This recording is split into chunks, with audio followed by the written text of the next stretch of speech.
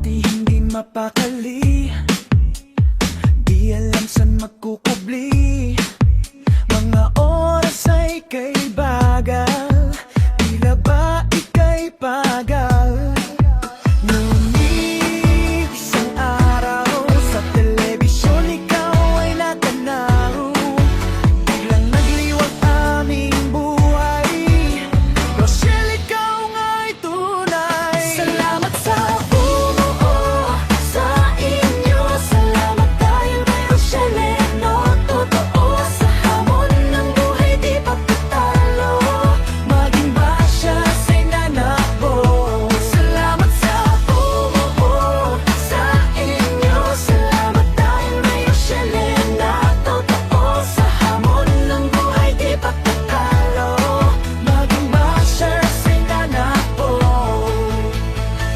Ngayon kami nagkatipon sa Rochelle Community, kami ay naipon, samahang di magigiba.